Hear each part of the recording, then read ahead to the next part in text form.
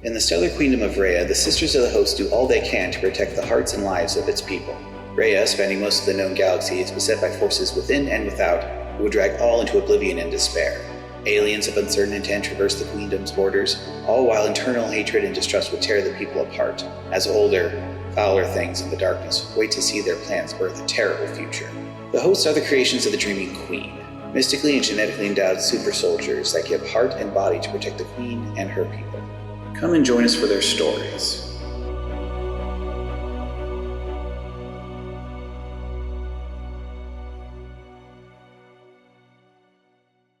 Greetings, subjects. It is I, your Royal Herald, aka your GM, Isaac, and welcome back to Rose&Crescent, Blood and Sparkles, powered by Fabula Ultima.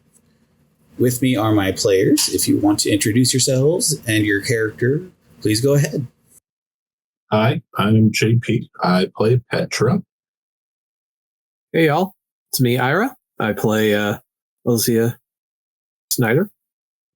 Hello everyone, I'm Rin and I play Chiako. Now, last time, I brain kerfluffled and didn't have a question ready, but Rin stepped up with a question. And this time, JP wanted to step up with a question to ask the players, so please, go ahead. Okay. So, your host sister is getting ready in the morning. Okay, getting ready for battle. Puts the pants on.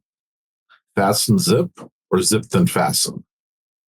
I know you had mentioned something like this earlier, but I completely spaced out that this was a question you wanted to ask.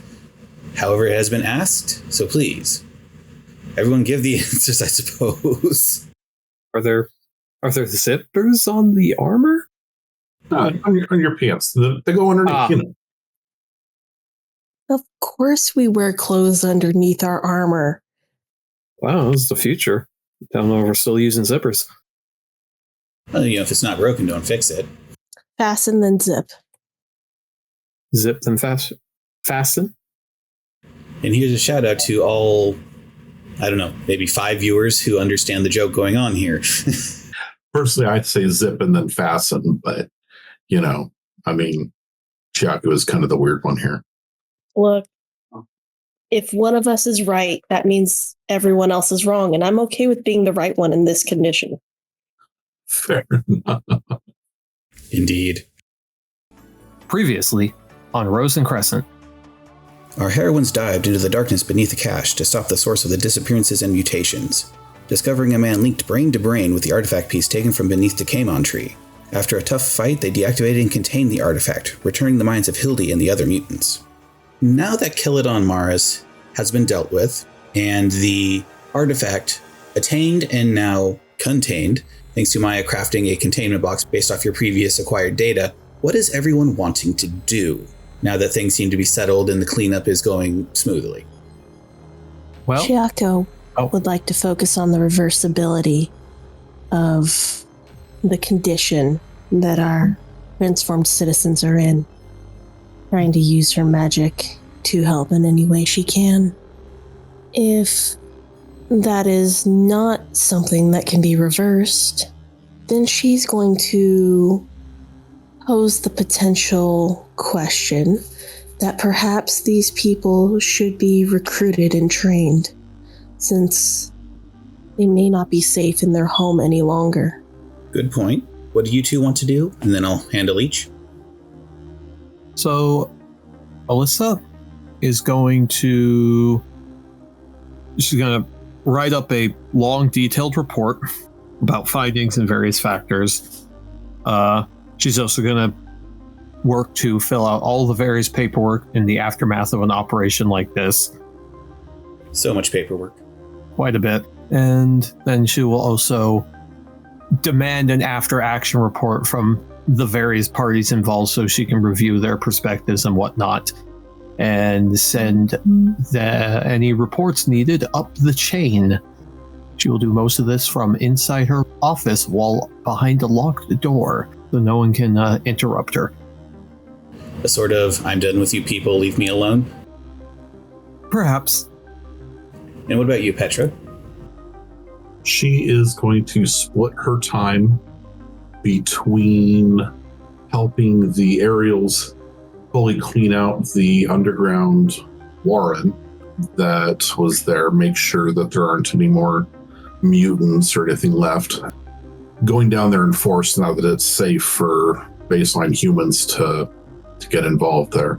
So she's going to do that, and then while they're doing parts of that, she will be looking over the rest of the colony's defenses. They're not a colony, right? They're a colony, but they're a much larger and more established colony than Brackwin. Okay. So she'll help out the colony's defenses, making sure that anything that got destroyed in the rampaging upstairs is fixed and possibly done right for once, because it's never done right. All right. Alyssa, your paperwork, not going to be an issue. You have this down pat. You could do it in your sleep if you wanted to. Petra, roll me an open might and insight check. I got a 12 with a critical success. Oh, very nice. With your direction and your previous experience helping these sort of situations, the Starward Grove tends to be a host that likes to live amongst the people they protect. And as such, they tend to teach the people that they protect various crafts and skills that might be lacking in their communities. And so with that in mind, and with your role and the critical success, under your direction, even after you leave, it'll be better than how you left it. Things will be cleaner, maybe not dramatically cleaner, but noticeably so. And your instructions on fixing the filtration systems will actually make the air in the affected levels cleaner. Excellent. And what about the machinery areas down below with the aerials? Well, previously you blew up the main room where Celadon and the computer had been doing their nefarious experimentations. So that's all nice and rubble. Yes, I do like a good plan. You did some sweeping. There were a few stray mutants in the underway that have since regained their senses.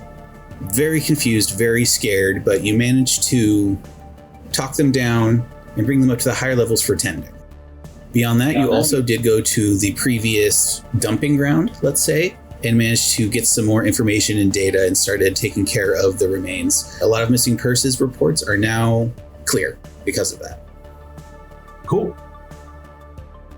As for you, Chiako, you're working with Danu, as well as a number of other doctors from the colony, to figure out, or somehow tend to the mutated individuals.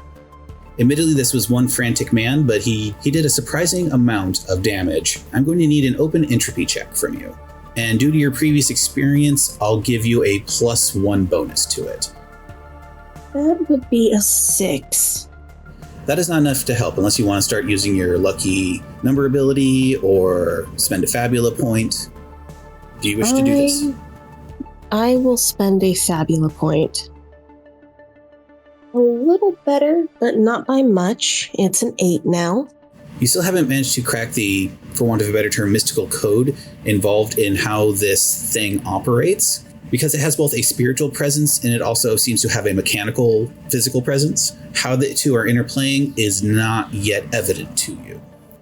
However, for the individuals that had just started changing and then stopped because you managed to defeat Celadon and the computer, they get reversed back to normal as far as you can see. The others who are beyond that remain unaffected. So you've managed to cure about 3 people. 3 is better than none. I take it that Hildy was one of the 3? Oh no, she was far along in the process. Curses. Are you going to go talk to Captain Eofred? Yes, I'll do that. Captain Eofred is in his ready room. He invites you to come in. Ah yes, Chiako. How goes the ministrations? Captain Freddy? Not as well as I would hope, but better than no results at all. That's often the case in these sorts of things. My condolences. I'm requesting that those affected remain with us. Permanently, or do you wish to move them somewhere? I want to say permanently for the time being. I do not believe they will be safe remaining here, or if we leave them behind elsewhere. I'm inclined to agree with you. Well, despite everything, there's not too many of them. It'll be a bit of a tight fit, You intend to continue treating them while on board? I do.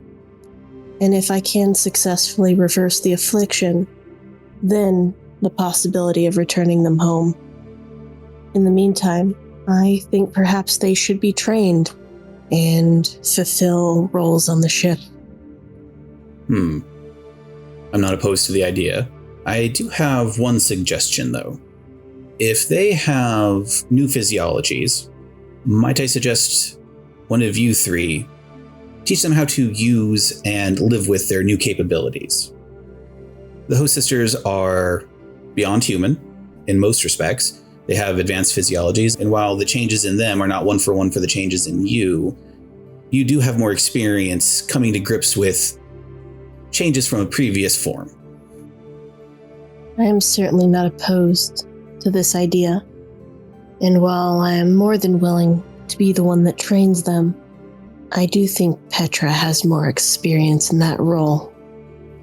I will seek her advice on the matter. She does get quite stir-crazy during the voyages.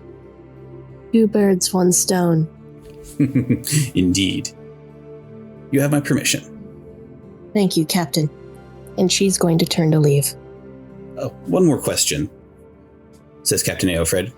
What do you wish to do with Celadon Maris? Do you want to keep him on the ship, or do you wish to place him in another facility while hopefully he recovers? That question would be better suited for Elisa. While I would be more than happy to keep him here until he wakes so I can pick at him bit by bit. I know there would be some... He does not chuckle evilly. He chuckles like an older gentleman looking at the antics of his kids. I know there would be contrary opinions to my desires, however. So I will take that up with her. Please inform me once you've reached a decision. I will now see to accommodating our new guests. Thank you or again, trainees, Captain. rather. You're welcome. She's going to debate who to bother first. Chaco's going to visit Petra first. All right, Petra, you're coming in from after helping the colonists fix things for a goodly while when Chiako approaches you. Petra is covered head to toe in grease. She's actually not in her armor at the exact moment, instead opting for some coveralls that allow for tighter spaces to be entered and can be, washed. And she sees you bouncing up. Are you feeling any better? Not particularly, but that will come in time. You look smaller than you usually do. Yeah. I've been told that the armor enhances my physique, shows off my hips. Agreed. I have a request for you. Shall we walk and talk? Okay. I received permission from the captain to keep aboard those that I could not reverse the transformation of. When you say keep aboard, you mean... I mean, they will be staying with us on the ship. Not prisoner, but I do not believe their safety will be ensured in their own homes. So, opting to have them stay. Okay.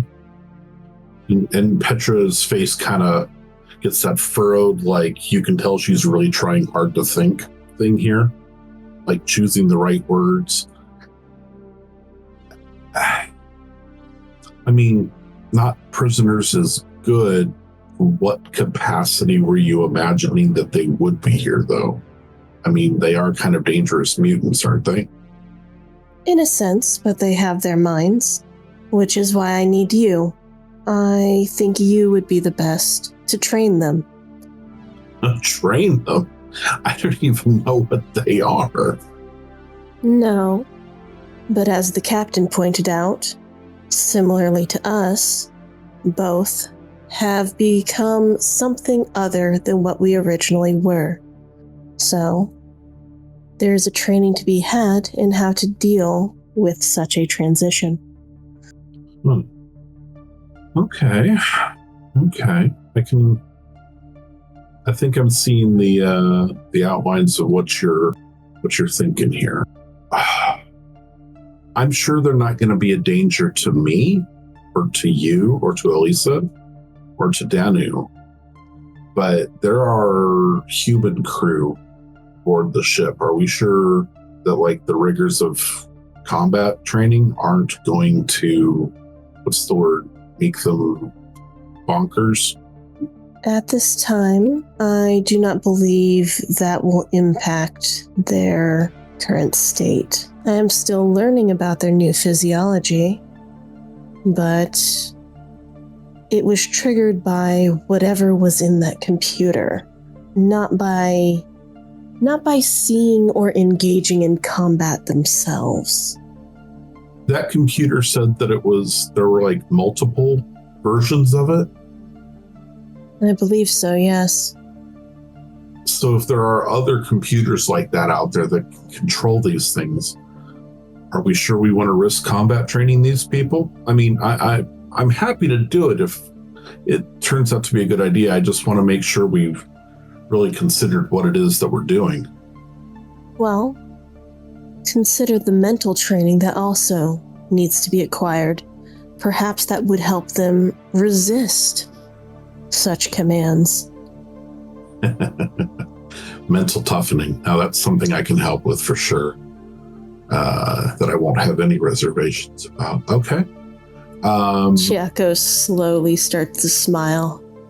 I can only imagine what those claws and teeth can do.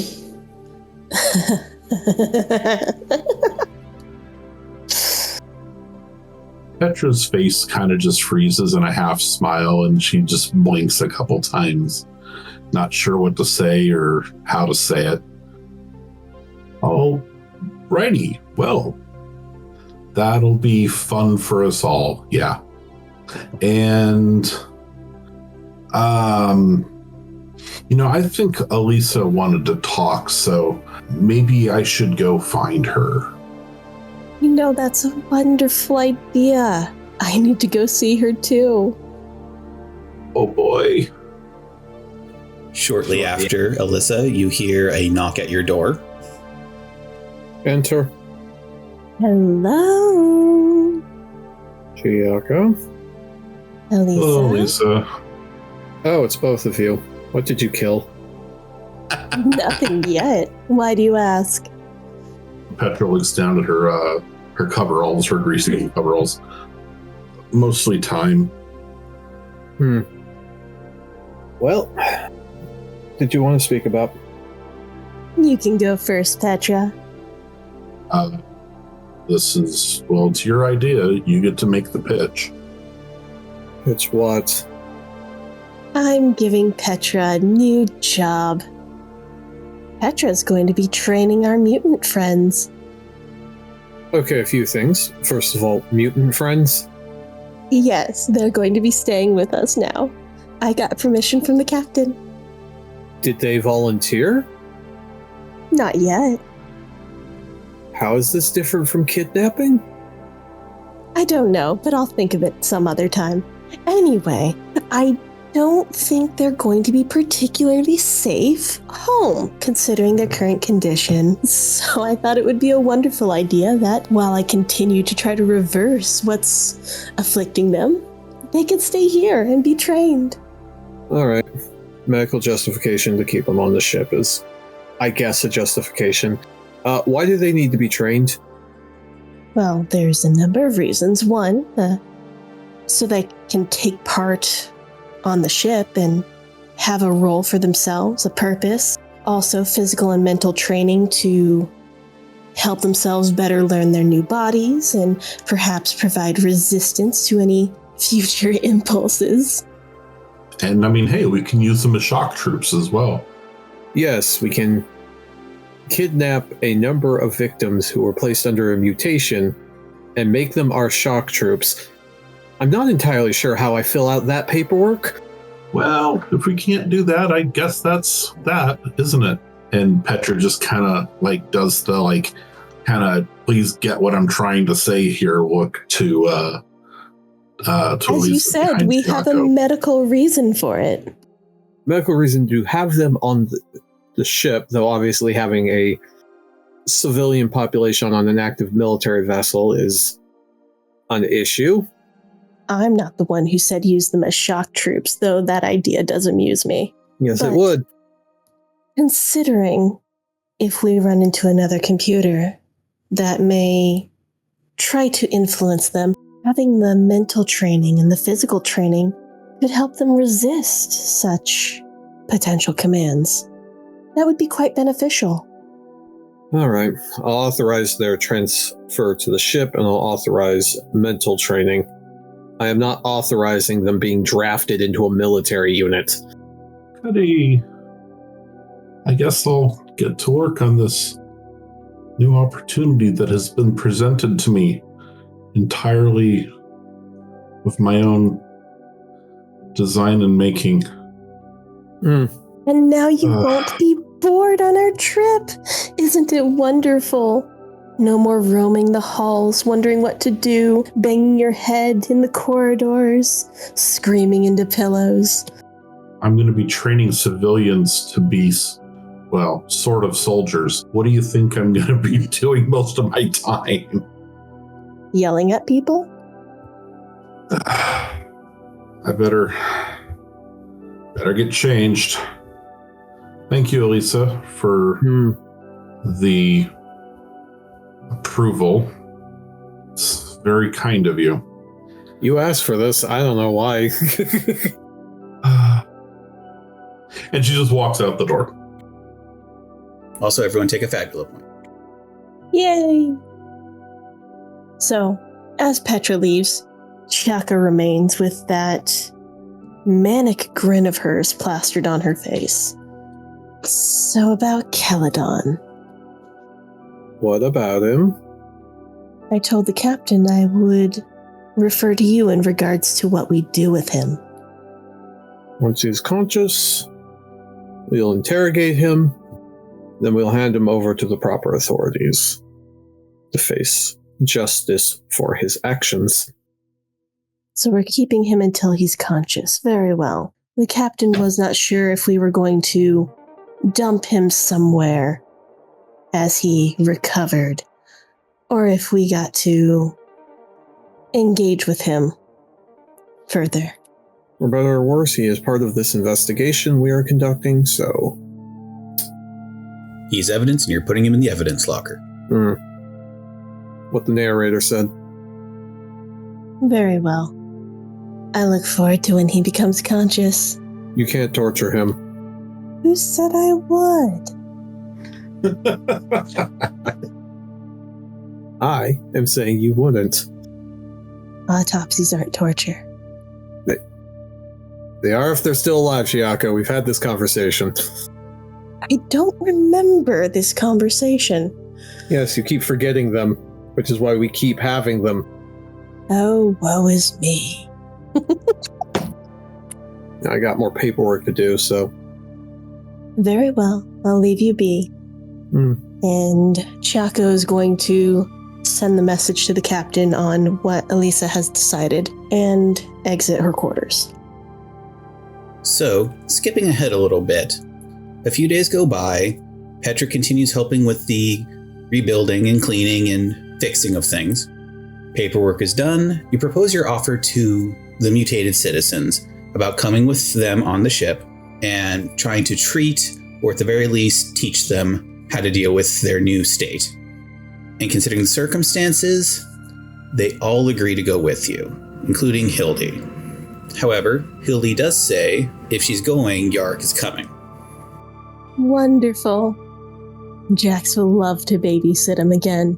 Cut over to Jax. He sneezes, kind of going, what was that about? Cuts back to you two. After that, another few days later, as the people with help from the aerials and the wardens, so as to make sure everyone is safe, they get their affairs in order, so to speak.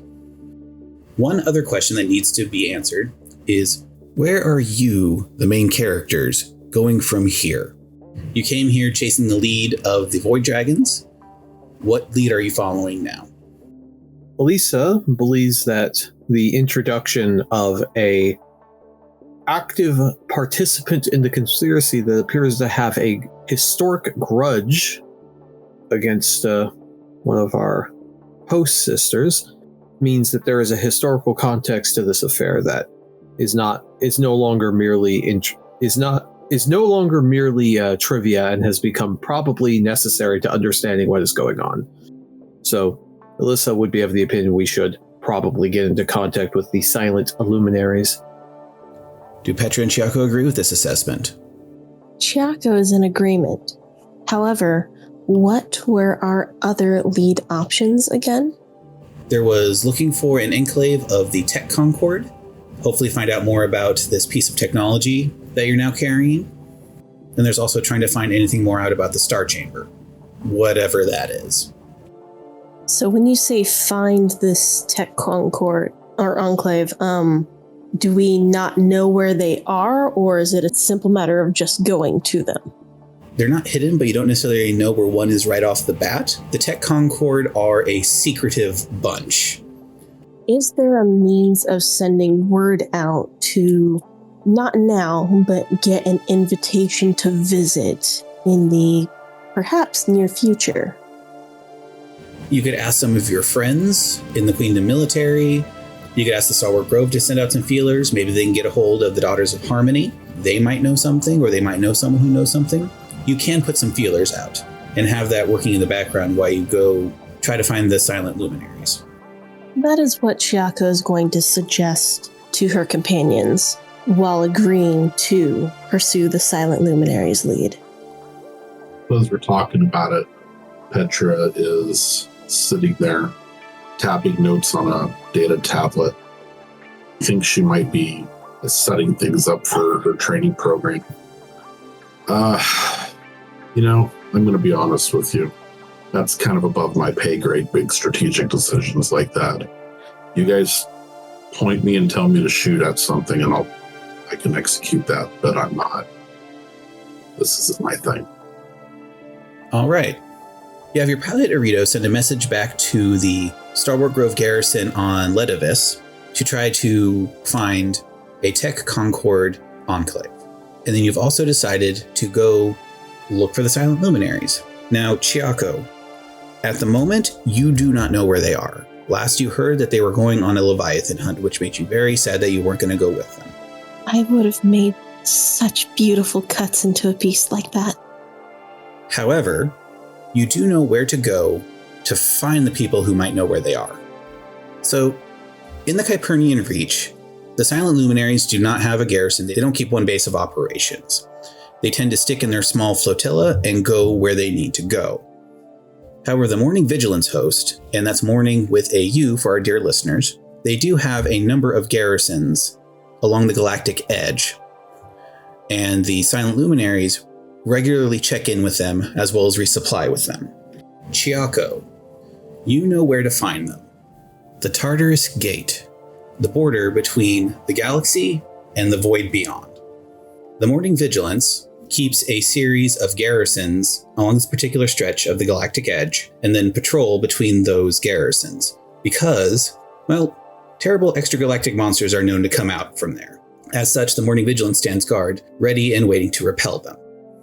And if anyone knows where the silent luminaries would be, it would be the Morning Vigilance. Well, looks like we're going to Tartarus Gate. You actually see Petra look excited for the first time since, she was down underneath the colony ready to kill the computer. Calm down, Petra. We're not going there to kill some undefined horrors. We're popping in, asking where the silent luminaries are, and moving on. Hey, you know what? You have your fantasies of endless paperwork. I have mine. All right. If there's anything else you want to pack before we start moving across the galaxy, now is the time to get it. We're not seeing a port for a while. Or at least a major industrial area. You know me, I travel light. That you do.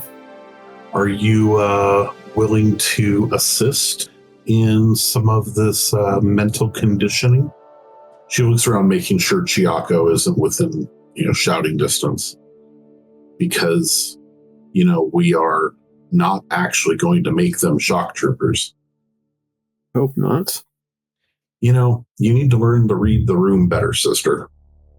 Calling them shock troopers was my cue to have you say, no, never, this is a terrible idea. Send them back from whence they came. But now you're like, we can do part of that. Look, Pacheco wants to take on the duty of dealing with their medical needs or whatnot. Who am I to deny her that? It's not like frontier planets have large hospital facilities. I don't mind training people. I don't mind giving them survival skills. I feel like this is going to bite us in the ass. And I'm deeply uncomfortable with me being the one to give it teeth. Just teach them meditation and focusing exercises. They don't need to become warriors. That's the only kind of meditation and focus I know. Well, maybe this is an opportunity for you to learn too. Maybe if I just run them ragged and then try to teach this stuff, I could do that. As long as you respect their human rights, who am I to say no? Yeah, no, I've got a couple ideas. Do you wish to spend time with your, and she points around to the different piles of paper around, with your paramours here, or would you be up for maybe helping me change things up a bit every once in a while? Paperwork is important. That doesn't mean I have to do it every second of the day, just that I have to do it at some point. We'll have time during the ship. If it will make you feel better in fulfilling your duties, I will show up and assist. It's more that I'm hoping you throw some quote-unquote unexpected wrenches into the training program. Unexpected wrenches that will be very thoroughly planned out. If it helps with the mission. You know what? Just come in and be your bubbly, effervescent self. I think everything will take care of itself from there if we want to teach them stress management. Alrighty, so both of you take a fabula point. The ship, Alona's Heart, is getting ready to depart Akash. Battered, bruised, but simply going to be better than how you left it.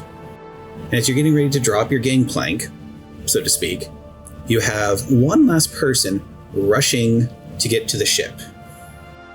It's Vodin, isn't it? It is in fact Vodin. Haha, called it. He's there, he has a small bag with him, and he manages to get onto the gangplank just as the doors are going to be sealed. So, hair's breadth, he manages to get on the ship. And then there is a loving reunion as Hildy, despite her change in appearance, is hugged vigorously by him, and then he leans down to hug Yarrick. Yarrick is ecstatic. He has his mom and he has his dad together, seemingly permanently for the first time. At that point, he looks at the three of you, goes, "Permission to come aboard?" Well, it's not like we can shoot you out the airlock now that you're here. For the record, we absolutely can. We have to respect his human rights, Elisa. Yes. Yeah, Elisa. How dare you threaten to kill someone? Well, ignoring the fact that what we witnessed was trespassing, boarding a ramp when it is being raised is a major safety regulation. You kind of see Petra just do a Picard, forehead hand behind you. Just like, oh my God. Given we do not have time to disengage our escape velocity protocols, you're just going to have to drown in forced labor until you worked off the punishment. All right. Moving boxes, doing dishes. You wish. Meditation exercises. At least heads off. He looks at Hildy. Should I be worried? I mean, only a little, she says. Chiako crouches in an almost frog-like position. I thought it was adorable and romantic. I'm sure you'll fit in here just fine. And on that happy note, Alona's Heart departs Akash and exits the atmosphere, Arito is about to initiate the entry into the dreaming when a message comes through. And it is from Commander Kinnett of the Stalwart Grove on Ledivis. Greetings, sisters. Greetings. Petra stands sharply to attention. Ma'am? At ease, Petra, she chuckles. It has been very quiet here without you, she says. Petra blinks a couple times and tries to figure out if that works out to a compliment or not. Still, pleasantries aside, I know you're in the middle of your investigation, and I hope it's going well. However, a request has come in, and you are the closest host sister presence that could deal with it.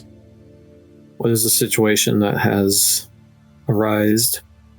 On the planet Nagara in the Gonzala system, a Basu presence has made itself known. Oh?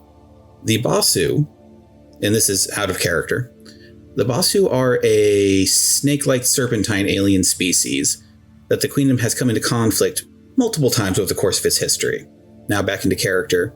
The fact that they've been found on the planet and it's not part of a larger military offensive is odd. There has been damage, there have been attacks. The scale is just different than what we normally expect.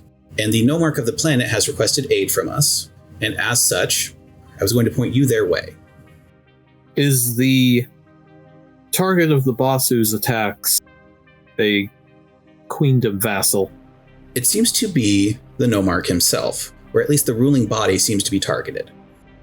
Do we know the scale of these attacks? Large serpentine monsters attacking various infrastructure. It's smaller than what we'd expect, but it is larger than what typical humans would deal with. If it was just them attacking straight, they could probably deal with it on their own. However, the Basu seem to be slipping in and out, and thus confounding them. Between that and the Basu's normal viciousness, the Nomarch has asked for our help. Well, we'll get to the location as quickly as possible and resolve this crisis.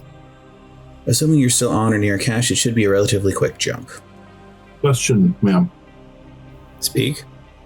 What are our rules of engagement on this? Is this, diplomatic? Are we supposed to, shoo them out politely? Is this played as we see it? Is this nuke them from orbit? It's the only way? What are we looking at? Oh, if we were nuking them from orbit, we'd see about getting the silent luminaries. One is present. Fair enough. However, while they do seem to be hostile, their enigmatic approach to the situation, this warrants a see what's going on and play it as you see fit. Petra clearly is uncomfortable with the idea of having to play it by ear instead of having direct orders, but she keeps her mouth shut. If that is all, good luck to you. To you as well. And at that point, she nods and the message cuts out. At which point, Captain Eofred, who was in his command chair at that point, says, I take it there's going to be a detour. Apparently. We are delaying my reunion with my sisters. At which point, Captain Eofred says, at least there's snake monsters for you to play with? That is true. I do wonder what we'll do about them. Should we eradicate them? Every last one. That's a bit extreme. But we'll assess the situation when we're there. Pop in the new coordinates. Arito, take us to Nagara. Arito takes you into dream space, and you are off. And now it's time for another traveling check. It probably won't be too much of an issue. This is a relatively safe corridor of space. But let's find out. And a 1, which means it's a safe trip. You're traveling through the dreaming. Arito manages to pilot around a nightmare storm at one point. Beautiful on visuals. Possibly dangerous if you're in the middle of it. Luckily, you manage to avoid and go around it. And the trip itself will probably take you, if good travel time, a week. So, during that week, what do all of you do? Petra is tormenting the civilians entirely for their own good, not without a sense of amusement or concern on her part, just totally for them. Of course. And the first thing she is going to do is start having them do 24-hour training exercises. So running up and down the halls, disassembling big pieces of unused machinery and then reassembling them back, making them work together in teams, trying to put as much stress and as pressure on them as possible. And hopefully she's trying to do two things with this. One, she's trying to get them ready to be taught how to deal with this. And the other thing is she wants to make sure that they're not going to monsterify in the midst of all this. In that case, roll me a willpower and insight check. +1 bonus due to circumstances. And it's an open check. A 12. It hasn't been too long since you were doing the drill sergeant thing, so you kind of fall back into this easily enough, even if these aren't budding host sisters. And you hear many of the typical, why do we have to do this? Do we still have to keep doing this? Oh, please, let me stop. And for each time they ask, they get a little bit more to do. Eventually, they do learn to stop asking. You're not being intentionally malicious. This is constructive. You're trying to figure out what their limits are and what happens when you reach those limits. They're performing rather well. They have new limits that they didn't have before. And a lot of them are kind of surprised that, they're doing so well. One of them is just like, I was never this fast or this hardy before this. You think I could take you? No, stupid question. Please don't add more to this. It's a good question. Kind of interested to find out. Let's go. You do the whole crack your knuckle thing? No, nothing so dramatic. She just, she's keeping an air of calm authority on this part. So she tells everybody to kind of make a circle around and invites the other one in. All right. The rule is that the other one has to either get knocked down or tossed out of the circle. Let's see what you can do. Do a might and dexterity check, please. 12 with a critical success. So you are an experienced combat veteran. You've been a host sister for how many years? About 30. All right, you've been a completed host sister for 30 years, which means your actual age is almost 50. You have a lot of experience, you've had a lot of fights. This role was not to determine whether or not they could beat you or push you out. It was to see how long they could last. And despite their new physical capabilities, they don't know how to use them. This guy goes in for a swipe, and you just kind of do the whole sidestep, pull his arm, and knock him out of the circle kind of move. Overcommitting. Try again. And from there, after running them ragged and assessing each of their individual reflexes and strength, because the change was not equal amongst all of them as they changed at different times, you're getting a good grasp of where they're at. Chiako and Alyssa, what do you add to this series of exertions and assessments? Alyssa is there occasionally. Unless Petra makes her do something, she's probably not contributing much. So Petra, are you going to make her do something? After running them ragged physically, I'm going to actually ask Alyssa, and only if she's willing. I don't want this to be a chore, but ask her if she can give them paperwork that they are almost certainly going to complete badly the first time. Medical records and family history, family medical history, and food allergies, favorite television show, just a bunch of stuff that they're probably going to get wrong and that's going to frustrate them. So Alicia's definitely going to raise an eyebrow at that request, but she will arrange paperwork for them to fill out, mostly medical docs and requests of information for information forms. Denu can provide the necessary forms. In the interim, Petra is going to explain to Lisa that if we want them to have the mental endurance to handle an alien influence that might attack them at any point in proximity, we need to teach them how to be thinking and how to have clarity of thought while they're physically exhausted. So that's where I'm going with this. If you want to add your special skills to this, that'd be great. But otherwise, just giving them endless paperwork to do when they're exhausted is enough.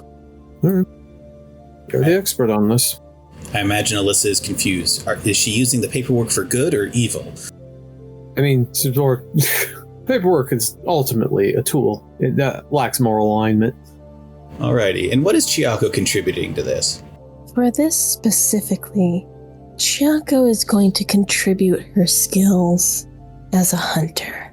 She is going to, on occasion, pick one of these individuals and tell them to run. Oh my. Roll me dexterity and willpower as you hunt your special friends. That will be a 15. Alright. This is your bag. You're good at hunting. You have the home field advantage. When you do hunt one of your special friends, they don't last long. They last longer than a normal human would, at least most of them. But again, they're untrained and they're operating off instinct and their new limitations. But you're getting the fear out of them by doing this, I imagine. Getting the fear out, getting them used to paying closer attention to their surroundings, sharpening their awareness, being able to react on instinct without instinct completely taking over and running away with them. So at one point, one of them goes, "Is this what host sisters do for training?" And this is when you chase her back to Petra. This is how I train. Actually, no, this is what aspirants have to do to prove that they can go into host sister training. At which point she just kind of goes, and sits down, catching her breath. So by the end of the... Given permission to sit? Sorry, ma'am, and she stands back up. This goes on for almost a week. You're almost to Nagara, and so far, they haven't broken out into monster mode. You've been pushing them, and they've remained stable. This is a good sign. How are they doing emotionally? A lot of them are frustrated. Some are resentful, not of you, but of the situation. They just wanted to go about their lives, and now they were violated, changed, and in order to protect themselves, they've now signed on to a military vessel. The military is not a life for everyone, and yet here they are. Might they do well here? Sure. Would they have wanted it to be their choice? Yes. But the alternative is unpleasant to consider.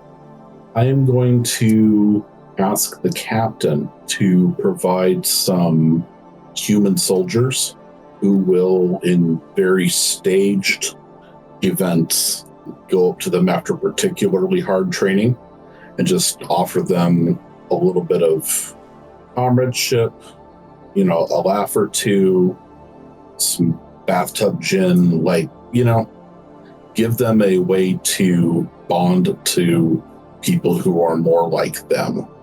The idea being that I need to get them to start treating each other and treating the more elite soldiers on the ship as their peers and as their backup. Yeah.